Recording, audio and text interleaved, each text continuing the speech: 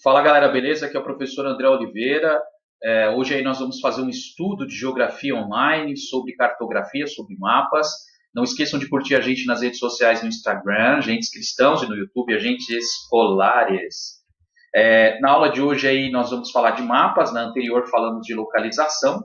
E aí um versículo em Êxodo 16:35 que eu deixo para vocês fala sobre os israelitas que ficaram andando no deserto por 40 anos até chegar na Terra Prometida. Se você pegar o mapa dessa região, olhar as distâncias dessa região, cartograficamente falando, são pontos próximos. São locais próximos de onde eles estavam no Egito até a Terra Prometida. Portanto, mas qual o sentido deles ficarem andando 40 anos em círculos entre dois pontos tão próximos quando você olha no mapa? Porque eles não creram naquilo que Deus tinha para eles. Aquela terra prometida, que era a promessa dada à geração deles, eles não acreditaram que aquilo fosse possível, eles desfrutarem de uma vida melhor, terem acesso a uma cidade melhor, a um recurso, a um meio melhor. E é isso que muitas vezes nós fazemos nas nossas vidas. Nós não cremos naquilo que Deus tem para nós e nós ficamos dando voltas em problemas, voltas em situações e deixamos muitas vezes de lado a promessa de Deus para as nossas vidas. Isso exemplifica muito o que acontece com a gente. O que a gente não pode perder de vista é que todo mapa ele não reflete a realidade plena. Ele é uma projeção. Uma vez que nós estamos projetando uma superfície esférica numa superfície plana. O nome disso seria um planisfério, que é o modelo da maioria dos mapas que nós temos acesso. A projeção mais próxima da realidade que nós temos é o globo terrestre, aquele globo que nós muitas vezes usamos como enfeite nas casas, é o mais próximo da realidade. Mas quando nós olhamos numa superfície 2D, ou num caderno, numa apostila, enfim, ou até na internet, numa imagem, o mapa que nós temos projetado ali é algo próximo à realidade, justamente para a gente ter uma noção. Uma vez que uma superfície esférica projetada num plano, haverá distorções, principalmente nos extremos.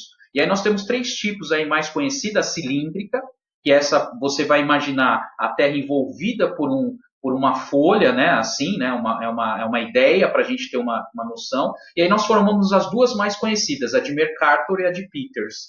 A de Mercator, ela era fundamental aí, usada por navegadores, porque ela não preservava a área das regiões. Você pode observar aí na de Mercator, bem pequenininha ali no canto direito, o tamanho da Groenlândia.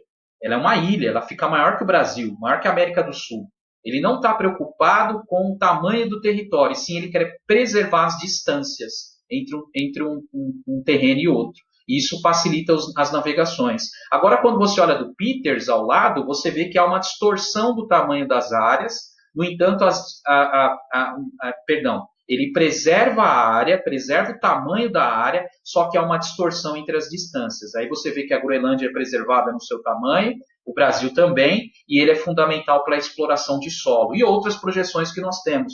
A cônica e a azimutal, elas são projeções estratégicas, porque você vai projetar uma área específica do planeta. A azimutal, por exemplo, é muito utilizada em estratégia militar, que aí você tem uma visão melhor de uma área específica.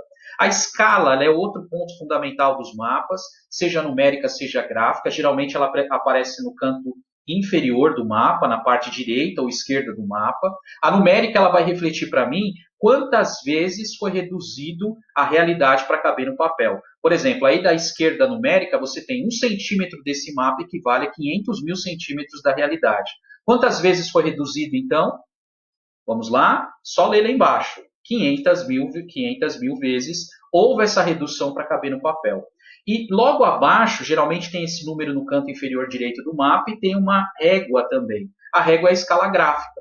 Se literalmente você pegar uma régua e medir pontos nesse mapa, você vai perceber, segundo essa régua, que cada 1 centímetro mensurado nesse mapa equivale a 5 quilômetros na realidade. 2 centímetros, 10 quilômetros. Então há uma relação aí na gráfica de equivalência. E aí a régua, quando há essa reguinha aí colocada no mapa, você pode utilizar de fato uma régua que você terá noção real das distâncias. Uma coisa importante dos mapas são os tipos de mapa. Aí são mapas, aí é um joguinho que tem à esquerda, né? Que você pode encontrar o político, que é a divisão territorial de fronteira. Político na geografia significa fronteira.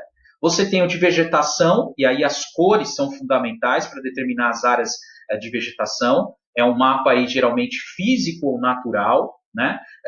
Você tem também de clima, e as cores, mais uma vez, vão determinar, alguns chamam de escala ipsométrica, onde conforme vai escurecendo, dependendo dessa escala, você vai ter um tipo de clima, um tipo de vegetação, ou os mapas temáticos. Aí você tem um mapa de demografia populacional no Brasil, em que a cor reflete, quanto mais escuro no mapa demográfico, mais pessoas eu vou ter localizado em certas regiões do mapa. Então, o que é fundamental sempre existir num mapa? Cor, ele é fundamental. Legenda, embora no mapa político você não tenha aí uma legenda, ele não está correto. O mapa completo é aquele que tem uma legenda, mas como eu vou colocar uma legenda no mapa político? Você vai apontar as capitais. Você pode fazer aquelas bolinhas no canto, apontando as capitais ali, ou diferenciando de outras cidades importantes. Então é fundamental sempre existir legenda no mapa. E outro ponto importante, título. Todo mapa tem que ter título, senão esse mapa não estará completo. O mapa, nem sempre ele precisa ter a rosa de ventos, ele pode aparecer também a rosa de ventos, e a escala também é fundamental que apareça, a gráfica e a numérica. Um outro ponto importante são as isolinhas dos mapas. As isolinhas são linhas feitas no mapa visando demonstrar um fenômeno. Essas linhas podem ser retas, curvas. Esse aí do mapa do Nordeste, você tem as linhas de temperatura, você representa aí, eu posso também fazer de chuva, mas a mais utilizada são as curvas de nível, as linhas que representam aí relevo. Porque imagine, como é que você vai representar uma montanha num mapa? Às vezes o papel é 2D, não tem como você projetar, fazer uma projeção 3D, né? E aí então você representa por linhas. Se você projetar num gráfico, você vai ter noção de como vai ficar essa montanha, né? Perceba que as linhas menores projetadas no gráfico é o pico da montanha, e as linhas maiores ao redor de cor verde, na parte superior aí da imagem, são a de menor altimetria, que tem as menores alturas, entre aspas, né? O correto é altimetria em relação ao nível do mar. Você perceba que é menor. Então, acompanhando os desenhos das linhas, pelas cores também, e pelos números que muitas vezes aparecem nas curvas de nível, você tem noção da extensão dessa montanha.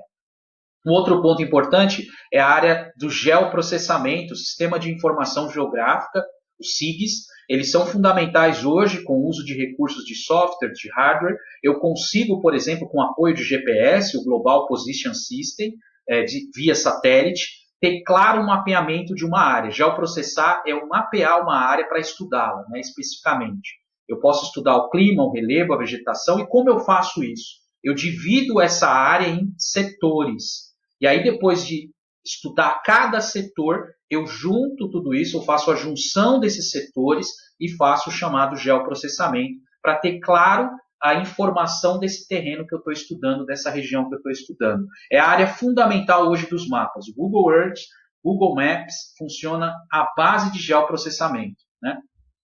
E aí, hoje na aula, nós falamos aí sobre projeções, né, os tipos de projeções, a de Mercator e Peters são as mais conhecidas, a escala gráfica e numérica, sempre fundamental nos mapas, os tipos de mapa, seja o mapa político aí de fronteira, de cidades, capitais e estados e países, os mapas naturais e físicos, né, relevo, vegetação, clima, lembrando que, por exemplo, no mapa de relevo, quanto mais escuro a cor estiver, mais alto é a região, e mapas temáticos, entre eles mapas demográficos, de população, mapas econômicos, enfim, e depois falamos das isolinhas, linhas que representam no mapa certos fenômenos, por exemplo, a quantidade de chuva, temperatura e as curvas de nível que vão representar montanhas e a altimetria do lugar.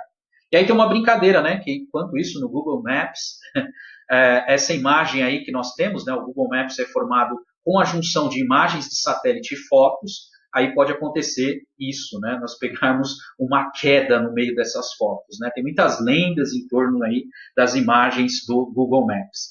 Obrigado por me ouvir até aqui, fiquem com Deus, nos acompanhem nas redes sociais no Instagram e no YouTube. Até mais, gente. Tchau, tchau.